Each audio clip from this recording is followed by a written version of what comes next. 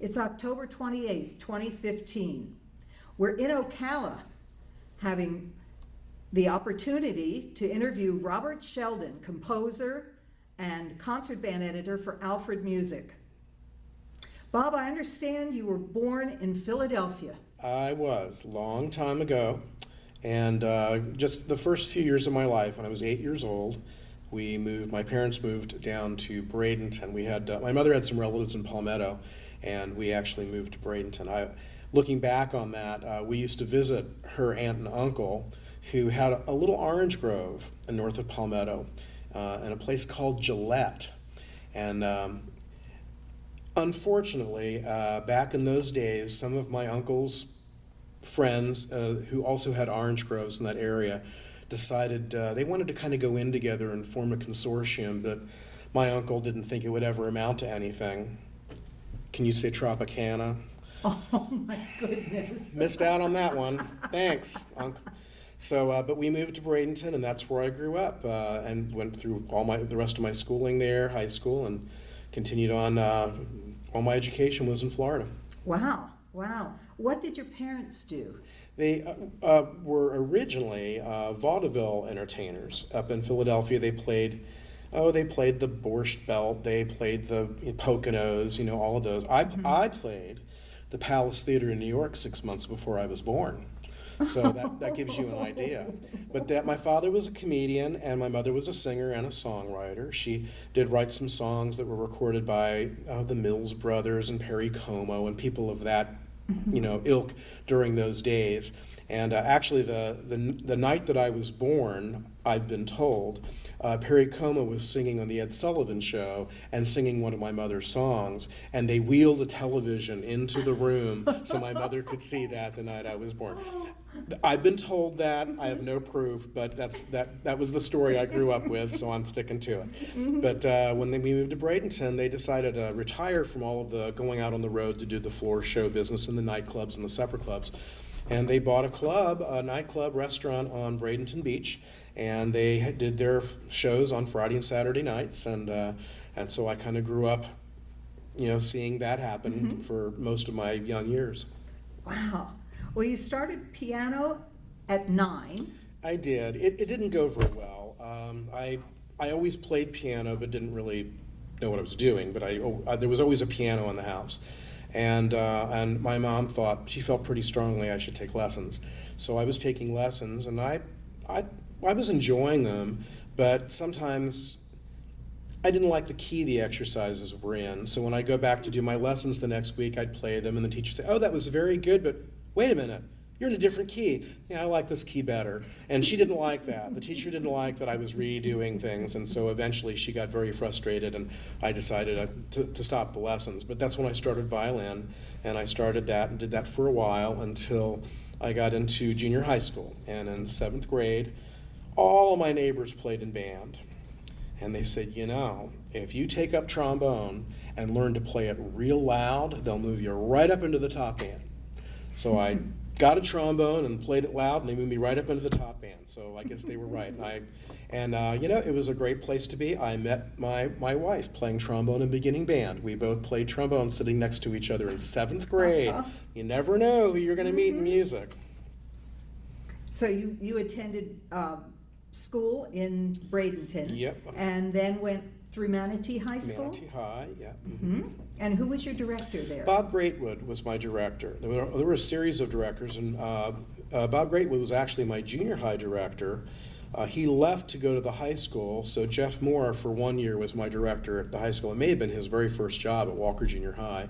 Then they did away with the junior high, combined the facility into Manatee High, and Bob Greatwood was there for the rest of my time there. And also, just as an aside, one of his best friends was Jack Crew. So from a very early age, I knew Jack because the two of them would kind of hang out together sometimes, especially if there was an Allstate or something, they would drive together. So whenever I went to Allstate, I was in the car with Jack and Bob Greatwood. So I got to know them at an early age. And another thing which was really fun during that time is Charlie Johnson out at what used to be Manatee Junior College started a group called the Wind Arts Ensemble when I was about a junior in high school. And it was supposed to be all of the faculty from all the schools in Manatee and Sarasota counties playing in a wind ensemble, a real, true wind ensemble, a Fennell-style wind ensemble. They did need a few extra players, so they invited me to play. And of course, Jack and Shirley Crew were in that group, and Bob Graywood was in that group, and I mean, Louis Verdict. I mean, it's amazing the people who played. And Dale Jensen was playing flute in that group. It was a really interesting group, and to be able to get to know some of those teachers when I was still pretty young was really a treasured experience. Wow, wow, that is wonderful. So after high school, you went to the University of Miami? I did. I wasn't really sure, to be honest, what I wanted to do. Through high school, I actually wasn't considering music. I was going to be, you know, how kids go through, I want to be a doctor, I want to be a lawyer, I want to be an accountant, a psychologist, a veterinarian, you know, you pick. But at some point in time, I realized what I really loved to do was music, and I was enjoying actually doing some teaching while I was in high school. I had learned to play a variety of instruments, and by the time I was in high school, I was singing in the choir and playing flute in the orchestra and trombone and band, the wind ensemble, clarinet, the symphonic band, oboe in the concert band, tenor sax in the jazz band. And I got to see as I was getting ready to leave school that so many of us were seniors. I was concerned that our jazz band, for instance, wouldn't exist the next year. So I actually started a freshman jazz band and taught them when I was a senior. And I think that may have been the thing that turned me on to the teaching more than anything, is I really loved that. So I wasn't sure if I was going to be a jazz major or a music ed major. In high school, I played first trombone in the All-State band, but I played tenor sax in the All-State Jazz Band.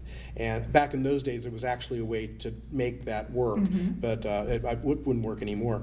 But I knew I wanted to do one or the other. So when I went to Miami, I had a trombone audition and a saxophone audition, and somehow, strangely, I wound up as an oboe major. It was just it just happened, and and I'm happy for the experience. I was even more happy for the scholarship, and that was the primary reason I did it, was I was going to be able to do that. But Miami turned out to be a wonderful place. I went there because there were very specific people I wanted to work with, one being Clifton Williams, and he did not accept freshmen students. So it's funny, somebody recently made a comment about me that I think was a little insulting. They said something about, you know, I think you have a way of always getting what you want.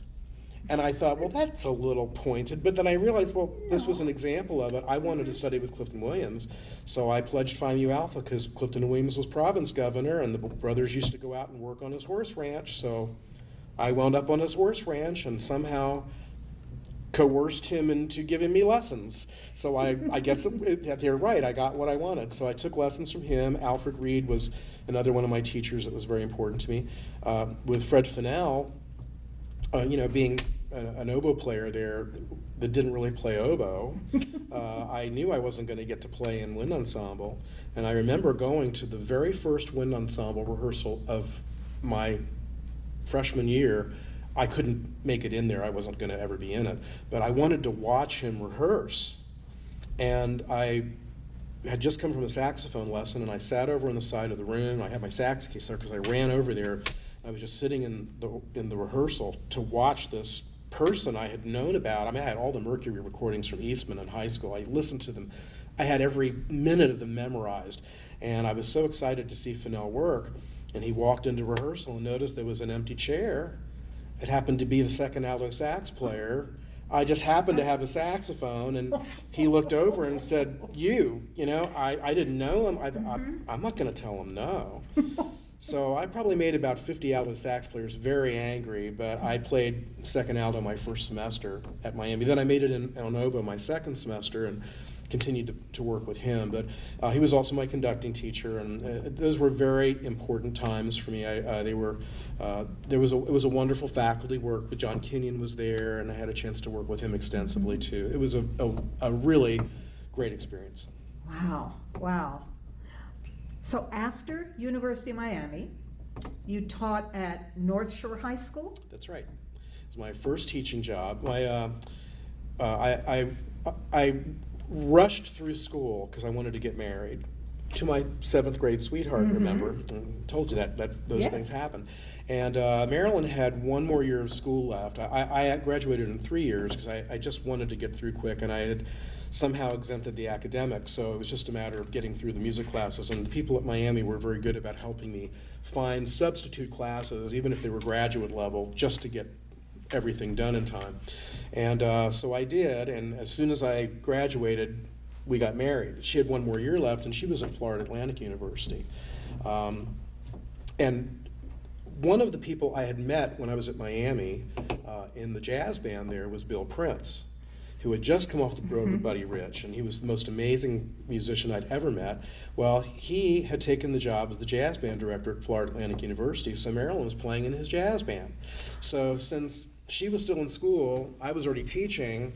Just to be able to spend Wednesday evenings with her, I joined the jazz band at Florida Atlantic, and so I got a chance to know Bill very, very well. Marilyn and I actually babysitted for April the night Robbie was born, so it was nice to be able to have a chance to spend some time. What a special person he was. So the position at North Shore High School had come open, and I took that. It was a very, very challenging job for many reasons, but primarily it was just the time. It was 1975.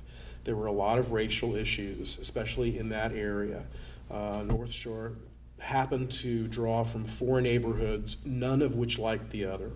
And it created a terribly tense feeling in the school, but not in the band room. And everybody there got along. But it was a small program, and it really forced you to learn to teach. I don't really know, maybe nowadays, coming out of a music education program, kids are better prepared now than we were back then, but I don't think anything can truly prepare you for your first job. And you're going to see things and find out things that if anyone would have ever told you you would experience, you would have probably run screaming into the night. But you find you're there, you have to make it work, and it becomes a very special part of your life. And I still am in touch with students from the very first days. Teachers like Tammy Rogan, who was one of my flute students for the 4 years I taught there. There are others that from those years that I'm still in touch with. I still have a very good friend who every time I visit Charlotte, North Carolina, we get together for dinner. I mean, I wasn't that much older than the students. Now I'm really not much older than they are.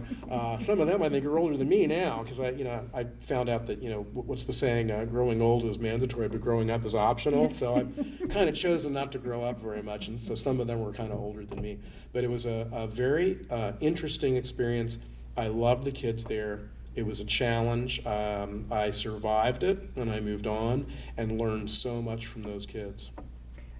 After your North Shore job, you went back to University of Florida. You went back into academia. I did. I actually didn't go because it was something I had planned to do, but Marilyn had cystic fibrosis, and the regional center was at Shands Hospital. And she had gotten to a point in her illness where we really needed to be close to Shands. So I took a leave of absence. We moved to Gainesville, and I thought, well, what am I supposed to do? And I walked into music school and just said, can I get a master's degree? And they said, sure, what do you want to get it in? And I said, well, composition. And they said, you probably have more things published than some of our faculty, so how about conducting? I said, love it. And Frank Wicks was in his last year, so I got a chance to study with Frank, and it was a wonderful experience. He taught me so much, but I also took composition from anybody who would sit still and teach me. And of course, my time with Richard Bowles was some of the most valuable of any time in my life. Gracious. You've really met some important people and had I them have been influence. so fortunate. The strangest things have just happened and fallen into my lap. When I was a junior in high school, Walt Disney World opened. I was one of the 176 trombone players in the 1,176 piece marching band that opened Disney World. And I got to meet Meredith Wilson because he was our band director. Things like that. When I was getting my master's degree at University of Florida, Frank decided that he was going to bring Morton Gould in for a week. And he said to me, You are he is your responsibility. You need to know everything there is about him, and you take him anywhere he needs to go, get him anything he needs. You're going to be, and prepare all of his music with the wind ensemble. So it was a tremendous experience to be able to do that and spend that time with him. Wow, wow. So after that, it was P.K. Yonge? I graduated from the University of Florida, and I had started teaching while I was there. I was invited to begin conducting the Alachua County Youth Orchestra. But we needed to stay in Gainesville. Maryland really needed to stay. And the only job that was open, thank you, Everett McCon, for moving over to the school that he moved into, because he left a position at P.K. Yonge. It was just a half-time position. It was grade 5 through 12. And band met before school, and I went over and met the kids, and they were a really kind of different group of kids. They were very mature and a lot of fun to work with. But when you only rehearse for 35 minutes a day before school, and there was never a day when they were all there, because they had to provide their own transportation. I mean, we might have had a day when they were all there, but we never had a day where they were all there on time. Which is why my favorite part of the year, this will sound stupid, but sight reading at band contest, because they were all there. I loved sight reading. They were all right there. I got to see them all and talk to them. But I had a wonderful time at P.K. Yonge. There were some tremendously talented students there, and I look back on it now. Of course, we just saw Jason Dobson here. He's a band director now in the area. Rodney Dorsey was my first clarinet player, and he's going on to do some amazing things. I remember little Brian Davis he was just in 5th grade, and he played trumpet. I put him on euphonium, and he teaches euphonium now out in Texas and Oklahoma. He's a faculty member out there. Recently was just in touch with Garth Gunderson, who was one of my trumpet players. He got started on trumpet because there was no way to teach him personally. I had to have him be peer taught by a 7th grader named Mike Dolbeer, and they took him in a back room, and Garth became one of the finest trumpet players at Louisiana State University. It's amazing that the kids that I think of. I was doing a clinic at Louisiana State one year, and I heard a voice behind me. And he says, "Well, aren't you going to say hello?" And it was Cason Duke, who was a clarinet player at P.K. Yonge. I moved him to trombone, and he just finished his doctorate in trombone at Louisiana State, and he's there. One of the best things about what we do is, if you truly love music, and you're going to love the people who are in it, and the world of music is relatively small, you're going to run into these people again. And that's one of the best parts of this, is no matter where you go in music, you're going to have a chance, hopefully, to run into some very special people in your life. And that's the way it's been for me. It's always a kind of a surprise. Who am I going to get to see when I travel around? Yeah. Well, after P.K. Yonge, then it was Southeast High School? Right. Maryland's doctors had left. They were no longer going to stay in Gainesville at Shands. They had both left, one for Johns Hopkins and one for University of Texas Medical Center. So we decided it was time in her life, we were getting towards the end, it was that we wanted to be home. So we moved back to Bradenton. Her mom was there, so we could get some care assistance through her. She was wonderful. And the music supervisor there was Dale Jensen, and I went to see Dale, and I said, "Do you know of any jobs that are available anywhere?" And he said, "Well, I think Southeast High School might be available." And my reaction, being a Manatee graduate, was, "Oh, I don't want to teach there." I mean, we had learned, when we went to Manatee, Southeast, I don't think so. Anyway, Dale was a very interesting character. And he said, "I'll tell you what, I don't have time to talk to you about this now, but you know where my house is. Could you stop by on Saturday morning about 8 in the morning?" And he says, "I'm going to be working in my workshop." He used to actually make instruments. And so he says, "It's going to be a mess. You're going to get sawdust all over you. Wear the worst clothes you have." He says, "Seriously, don't even take a shower, because you're going to be a mess when you leave my workshop." And I paid attention to him, and I wore something awful, and came in, and I'm sitting in his workshop. Well, he knew that the principal of Southeast High School jogged by his house in the morning at 8 o'clock. I had an interview. The principal was in her jogging clothes, all sweaty. I'm covered with sawdust and hadn't taken a shower, and I got the job. And I loved her, and I thought, I want to be on your faculty. And I started teaching at Southeast.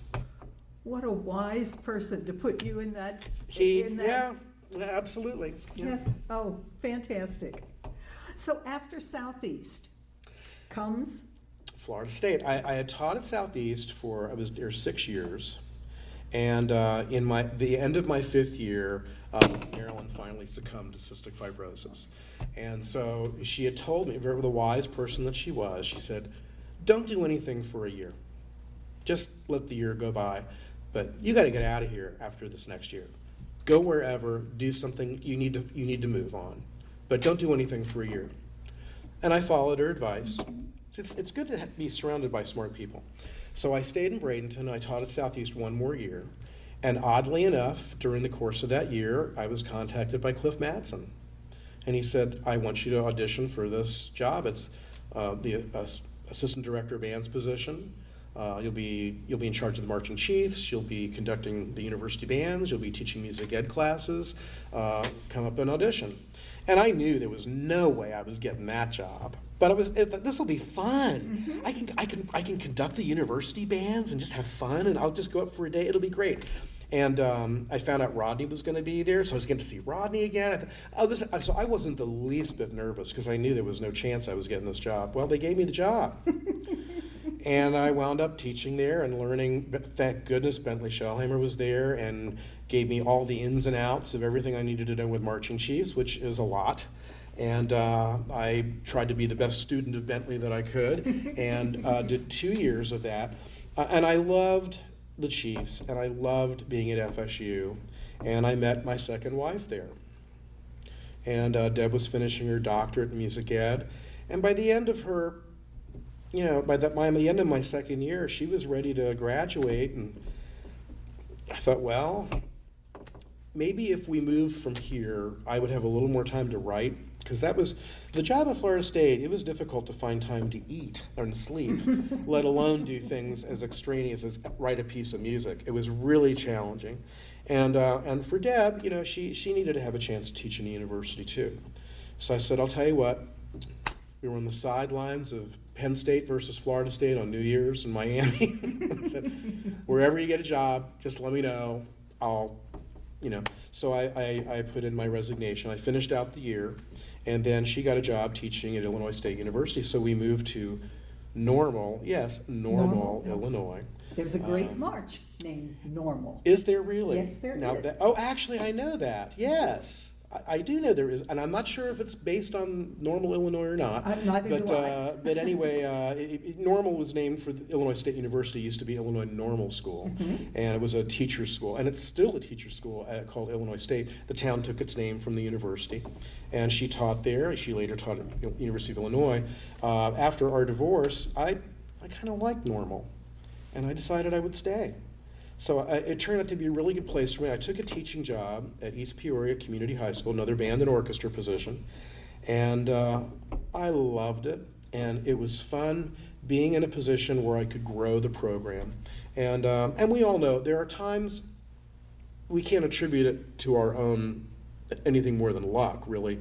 But depending on when you happen to move to a position in a school, you could either be there at a time where things are ready to grow, or maybe where things are ready to go the other direction. And I have just been very lucky. I happened to get there when it was growing, just like at Southeast and Bradenton, where it just happened to be growing.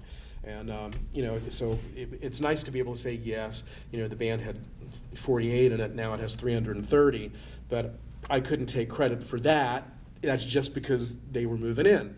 And I was happy to be able to have the people to work with, and at East Peoria we had a wonderful time. It was great fun. Loved the position, and I would actually still be doing it, but I was offered an opportunity to become concert band editor at Alfred Music, and at the age of 50-something, it's like, if I don't do this, I might regret this someday. And I'm really glad I did. I retired from teaching in 2003, so I've been editor since that time.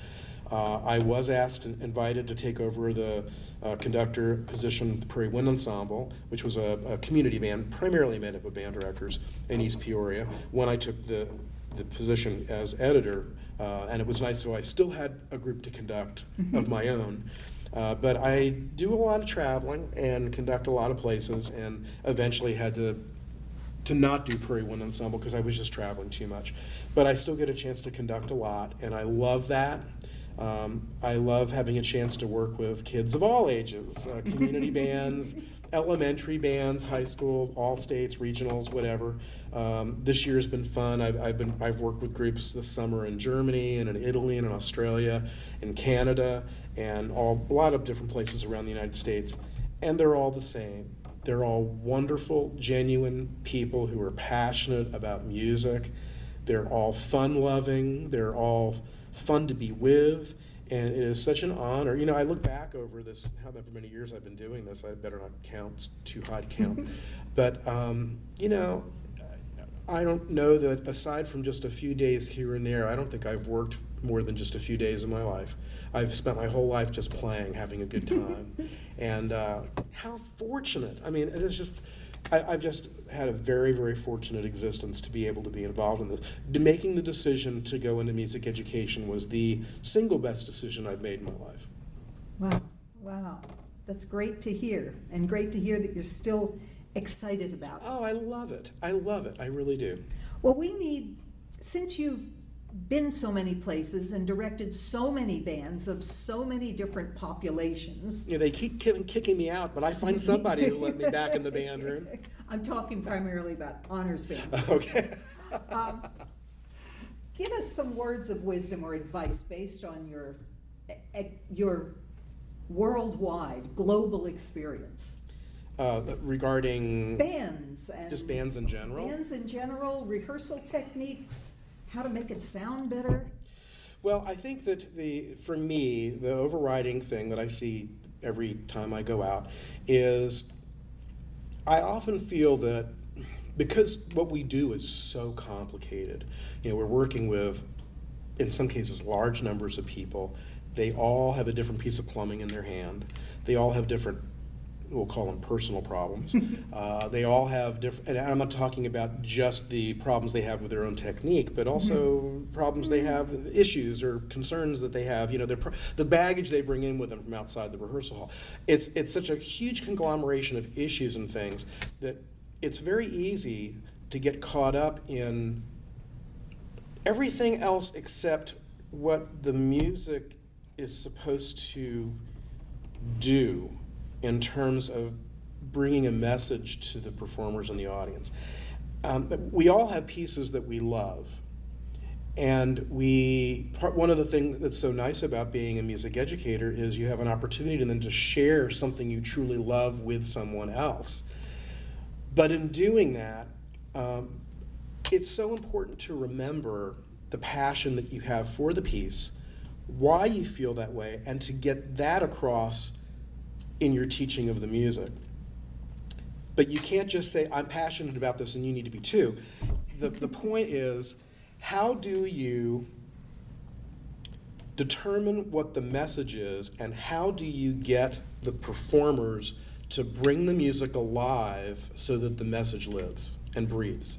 And that is the challenge. That's the real it behind what it is that makes it so wonderful for me to do this all these years. It's so strange. On the way over here today, I was trying to keep up with email while I'm out on the road. And I won't mention who it is, but I got an email from a director who invited me out to do something. He says, I just wanted you to know, he says, I worked with you a few years ago, of course, you know, in something, and we played one of your pieces. And he says, I thought we were playing it really well until you came in and guest conducted us, and I realized what the music was really all about and how special this really was and how good it felt to be able to express the music in the way that you were presenting it. And he says, and it turned something that we thought we were playing well, but it turned out it was just kind of a pedestrian performance, into something that was magical. And I'm thinking, well, I mean, that's nice to hear, but that's something that everyone should be doing regardless of who wrote the piece. I mean, I don't care if it's a piece of mine or someone else's. I feel a huge responsibility to the composer of every piece that I rehearse. And I want to bring their message and whatever else I have to give to the music through my own life experiences, I want to bring that out too. But it comes through the ability to get the players to really understand not only what the music is supposed to do, but to find out how they can pull that out of themselves. What can they do to put what they bring to themselves in the music and the rehearsal, how do they put it into their playing and make the music speak? And that is the most sublime challenge that I think we all should be facing. Not that you finger it this way. You know, you finger it this way and you make the sound so that you can make the music come alive in this way. In other words, technical perfection is only a means to an end. You know, it's just the way you get to the expressive elements. And we can all express things differently, but to me, that's what keeps this so magical, is it's art. It's the passion behind these incredible pieces of music. They just look like black dots on a piece of paper, but it's magic if you can just get them all to use their imagination. And that, I think, is the most challenging part of teaching what we do, is to get past all of the stuff so you can get to the real issue, which is the aesthetics of it, and to get to the feelings. And, you know, people are generally a little bit guarded. You know, they don't want to show their emotions to just anyone. And that's why I've always felt it was important in my rehearsals, no matter where they are or who I'm working with, or even if I'm just there for a day, to make people feel comfortable enough that it's just us. It's okay. Mm-hmm. This is a safe place to really show your emotions. It's a safe place to do that. And you know, there were times, everybody will do this differently. I don't think there is a way to say, here's how you do this, A, B, C, D. You find your own way. But I can remember very specifically teaching at Southeast High School. The back of the band room, it was a tiered room, and the back there were windows at the top. And the windows faced directly east from Bradenton.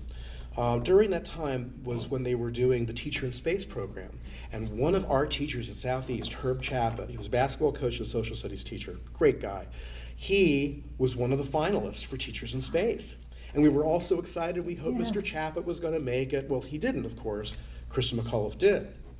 But the day of that launch, and you remember, it was a brilliantly clear, very chilly day, but a clear.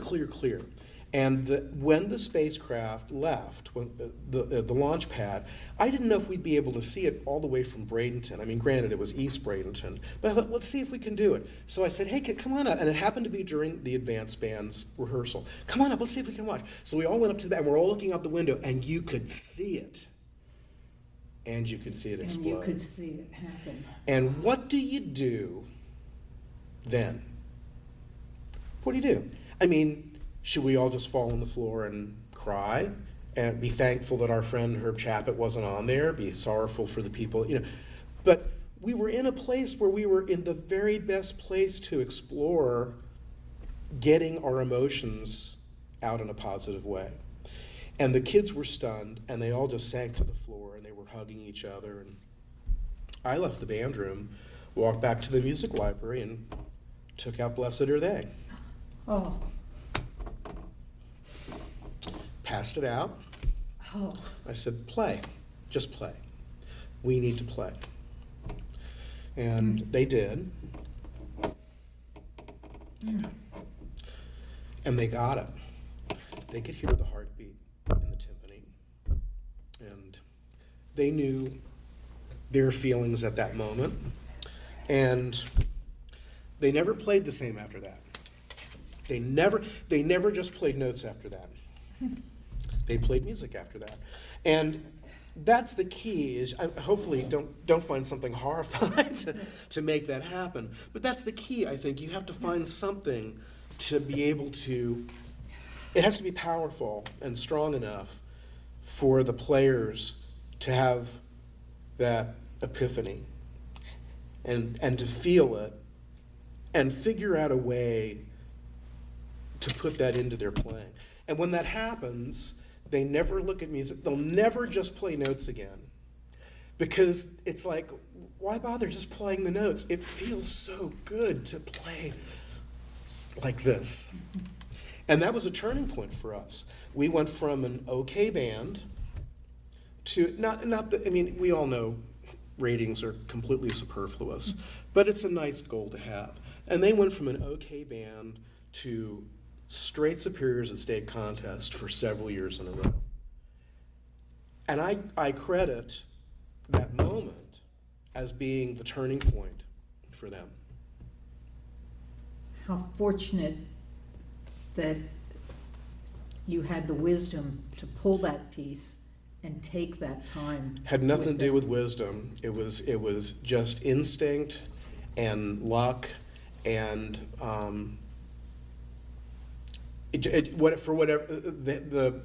there was a harmonic convergence of the planets. I don't know. It happened to be there. It was like, we got to do that. I didn't go back into the music library to pull that piece. I went back there because I thought I have to find something different to do to break us out of this moment. That was the piece. And but yeah, I mean, it could be anything.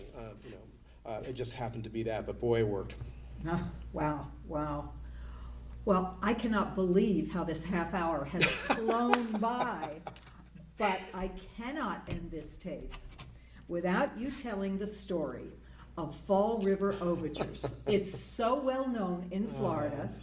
It's been played by so many bands, and so many students have learned from it. So many directors have learned from it. But apparently you also learned from it. Oh, wow. It was, it's probably the most important piece I ever wrote because of what Richard Bowles taught me. And just very quickly, when I got to University of Florida, I sought him out and I said, would you teach me composition? He asked me to come to his office and bring a bunch of scores and recordings of things I'd already done. He listened very patiently through an hour of music that I'm sure was painful. But he realized that the things I was writing were extraordinarily difficult to play, which is probably why they sounded so bad on the recordings. No one could play them. But he decided that he saw something in me that he thought was worthwhile as a writer, thank goodness. And he said, I am giving you an assignment of writing a grade 3 piece for concert band as your first assignment, which to me was just insulting. Like, oh, please, why would you do that? I can write things that no one can play, which was the problem, and he saw that. So I wrote the piece the first week. I lived in Northwood Pines. I'd bought a house up there, so it was Northwood Overture at the time. And brought Northwood Overture in the next week for my lesson, and simplify, this is too hard. This is not hard. To simplify this is too hard. I followed his directions. For 8 weeks we did this. And I was convinced he had watered down my piece to the point where it was of no interest at all. And on the 8th week, he said, we're ready. Write out the parts. Next week, we're going to have the wind ensemble recorded, which mortified me because I'm a conducting major. I'm working with the wind ensemble, and now these wonderful musicians are going to think that all I can do is write a grade 3 piece. I was very embarrassed. Boy, you really grow up a lot by learning these things. Had I known. So I went and, they recorded it, and it sounded so much better than I'd ever imagined. And I realized that what Mr. Bowles had done, he had taken out all the fluff and left in all the stuff. The essence of the piece spoke loud and clear. And all these great musicians in the wind ensemble were coming up after and saying, where can I get a copy of that? My band would love to play this. And I was, really? That's amazing. And so anyway, as time went on, Mr. Bowles suggested strongly I send it to a friend of his, C.L. Barnhouse.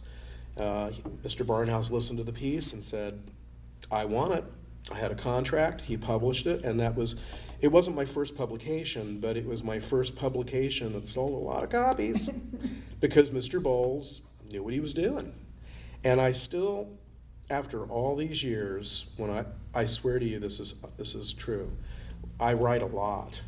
I write a lot. Every week I'm writing something, and sometimes I'm writing many hours a day. And he sits on my shoulder and talks to me. I remember so many things. I wish I could remember all of it, but I remember things he told me. We were just talking here, I think Dave Fritz and I were talking about our experience with Mr. Bowles. I said, he is so responsible for the way I score because he taught me everything I need to know about the overtone series. And he'd say, no, move the fifth down here, move the third over here. And now watch out, you don't want these in the upper octave because you're going to get some difference tones and you'll get summation tones. And I didn't really know too much about it, but he taught me all these things, and I still use those same things all the time. So anyway, Northwood Overture went to press. and I got a call from Chuck Barnhouse. He says, gosh, he said, we're publishing a North Woods Overture and a West Wood Portrait. Could you change the name from Northwood? And I said, okay. And one of the things that was very, very meaningful to me, my time at University of Florida, was that 10 days I spent with Morton Gould. And of course, Morton Gould's ballet, Fall River Legend, I loved it. And so, sort of in honor of Morton Gould, I changed the title to Fall River Overture. Has nothing to do with Fall River, Massachusetts. Has nothing to do with Lizzie Borden. his opera did, but the piece doesn't. The piece was really just more named sort of to honor Morton Gould. And amazingly enough, the piece took off, and got to be careful what you wish for. Then the publisher wanted more and more and more. So I have been trying to catch up ever since. Some years I do a better job of others, but I'm very grateful to the band directors in Florida who were so willing back in those days to take a chance on an unknown composer who happened to be a colleague and say, yeah, we'll play that piece. And it meant so much to be able to do that, and then start having band directors like Tino Ferrer, who later on would say, I want you to write a piece for my band. How many times did you do that? Several, and now successfully every time. Well, and now, of course, I was so honored when the FBA asked me to do the piece for Charlie Cornby, because Charlie was one of my beginning band directors back in Walker Junior High. He team taught with Bob Greatwood. And now, what I'm nervously and excitedly awaiting is when Neil Jenkins is going to perform the premiere of the commission that FBA asked me to do for Jack Crew. And now you know why that was so important to me, because I knew Jack for many, many years, probably in ways that were a little different than most people knew him professionally. And at Midwest, Alex from Buchholz, who's not there this year, of course, but I talked to Alex. I said, I have no idea. I watched the Legacy tape, an interview of Jack Crew, and it didn't help me at all. I thought maybe there's something I can write, but I mean, I knew that Jack loved to go out on his boat. I'm thinking sea songs, nautical themes, and then Alex said, Richard Strauss. I said, Strauss? And he said, I'm doing Stadt Vienna at the beginning of my program in honor of Jack. I said, I remember hearing his band do Dance of the Seven Veils. He says, he loved Strauss. I said, but you want it to be like a grade 3.5? Richard Strauss at that level? He says, I want it to be original, but wouldn't it be nice if it brought Strauss's concepts to life in Jack's memory? And that's what I've attempted to do. And so with the help of Dick Bowles. With the help of all these wonderful people who I had a chance to work with, Dick Bowles and Dr. Williams and Dr. Reed and Dr. Kenyon and Dr. Fennell, and the wonderful teachers and friends that I've had here in Florida, including Jack Crew and you and Neil and Dwayne and and Lewis and all these wonderful people I've had a chance to work with. We'll see. This is sort of a culminating piece that I think it'll probably bring, for me, it brings things full circle. So I'm very hopeful that it will be well received. And I'm sure it will be. Thank you so much for spending this time with us. Great pleasure. And for continuing to care about Florida, because Florida certainly cares about you. So it's time to say goodbye. Thank you so much. And I can only hope that everyone who is an FBA member has as wonderful an experience teaching here in Florida as I did. It's meant the world to me. So thanks for inviting me back.